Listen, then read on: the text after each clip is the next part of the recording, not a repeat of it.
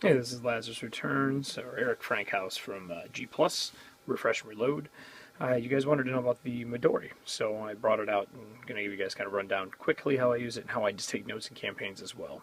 I do use all the note cards and the things you guys are talking about, but I also use this a lot for my travel. It's much smaller. This does come in another size. It comes in this color, I think a black as well. It's a real leather.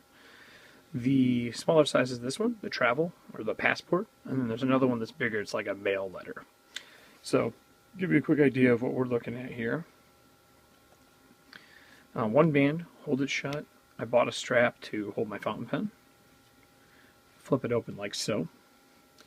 And you got 3 journals in here. This is my my comb from the Dominican, if you have a beard. Wooden comb, all the way. We'll put this over here.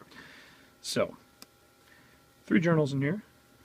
Got a green, a red, and a blue. And I also keep all my notes and paperwork or things I buy or whatever in here because it goes with me everywhere. Inside the first one's graph paper. This was a train station waiting area, departure area that I was doing for my steampunk game.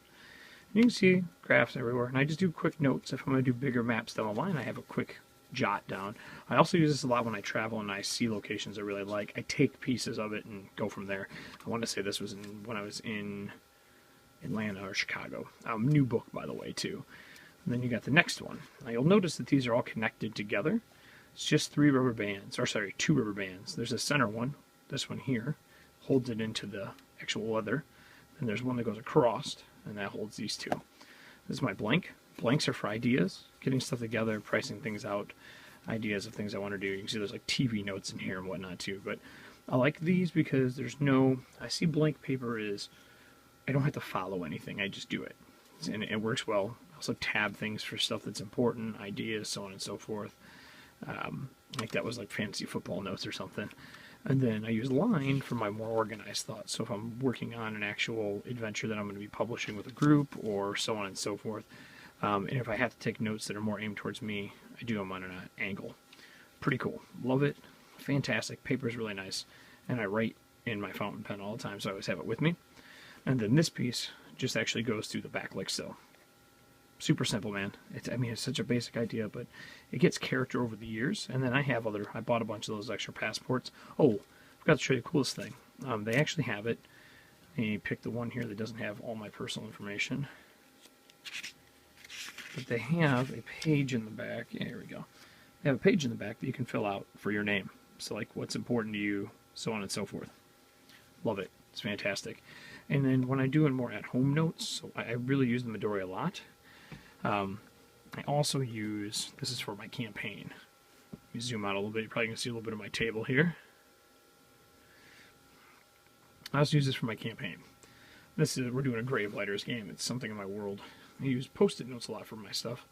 They were doing, there's 2 different districts that had voting going on. All these are different people who are getting voted for and how they were investigating them and the days that they were having their different political campaign things. All the note cards for my game. Most of these are personal information or personal notes between characters. But I'll tell you how I usually set for a campaign. I always put my name in the book so I know when I started them. I do a brainstorming time frame, a conception time frame. I select my conception stuff that I want to do, and I go from there. And then from there, I do a plot web, an overarching style plot web, what I want to do for the first story arc or set of episodes or season if you want to look at it like TV. Then I start getting members ready, filling out numbers, filling out who people are. I knew lanterns were going to be involved, got to sketch the lanterns down. So all of these first couple pages are just prep for the campaign, what I want to do, who the members are, how they get involved. And then I do my plot web, which involves all the people who are part of the Gravelighters. Quotes that I may have heard somewhere, which I haven't really filled those out enough. And then characters as they meet them, I fill them out. And you can see the blue notes or notes that have changed as I've changed the ink in my pen. And then, let me get past all this. So all of this, I would say, up to about here. That's all pre-prep. That's just brainstorming. A lot of it came out of my first set of notebooks from the Midori. And I put them down here in a more organized fashion. Then I do the first episode. I like my first episode to have good groundwork to it. But after that groundwork, I really change how I do things. It's just that first one, I don't like railroading. I even have notes in here. Funny things that have happened. I'll even pass these back out afterwards. And then the combat sheet and that. You'll notice after that, a set in motion plot web, and whatever has to do with the plot web. Green is the things that they chose. Red is maybe if things went bad or they made the wrong decision. Things that I add on that they find. Instead of writing linear, I do webs for everything. And usually the way it works for me is circle is a prominent thing, and the squares or rectangles are actions.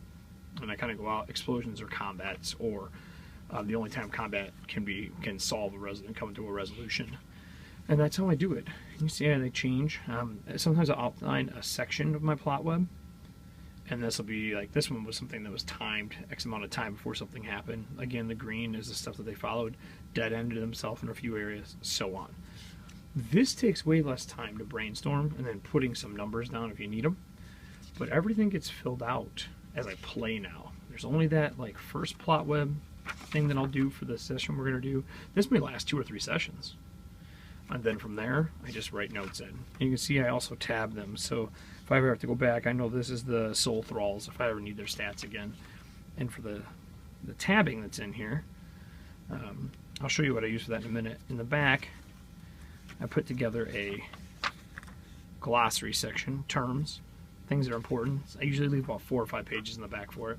We're halfway through this book, and then a note card. And this is how we're running Pathfinder. And we're using the defense, vigor, and wound system with DR. And that's my card that I do. I really should have printed these after all these years, but I don't. And I use the passive perception, but this just stays where we left off. That's my note card, that's my book keep, and that's what's important because we use it all the time. So, pre-prep, travel prepping, finalizing at the table. But honestly, for a game session, I probably only do, let's say, 2 hours of contemplating through the week with notes and journal and stuff on and off. But really sitting down, 20 minutes. That's about it. And then this is Moleskin, and it's got tons of different tabs. They're all sticky on one side, big, small. And that's what I've been using to mark my stuff. A little expensive, but there's a lot of them here. Like, you can kind of see the big, there's a good amount of them there. I'd say each one's probably got 15 in a stack. So this, not this, but this is awesome. Together is kind of how I do stuff. That's really all there is to it. Online's a little different, but this is my at-home campaign stuff. Love it to death. Oh, I do want to give a shout out. There's a guy who does fantastic dice bags, and this is for my steampunk one he made. It even has a secret pocket in it, and I use it to separate tokens, dice, or from my cons, things that I don't want out in the open. But this has like fudge dice in it and the Edge of the Empire dice. Great bag maker. I'll link it in the notes for you. His stuff is amazing. But that's it, everybody. I hope that kind of answered some of your questions. If you have some more, let me know. I'll go into more detail. Have a good night.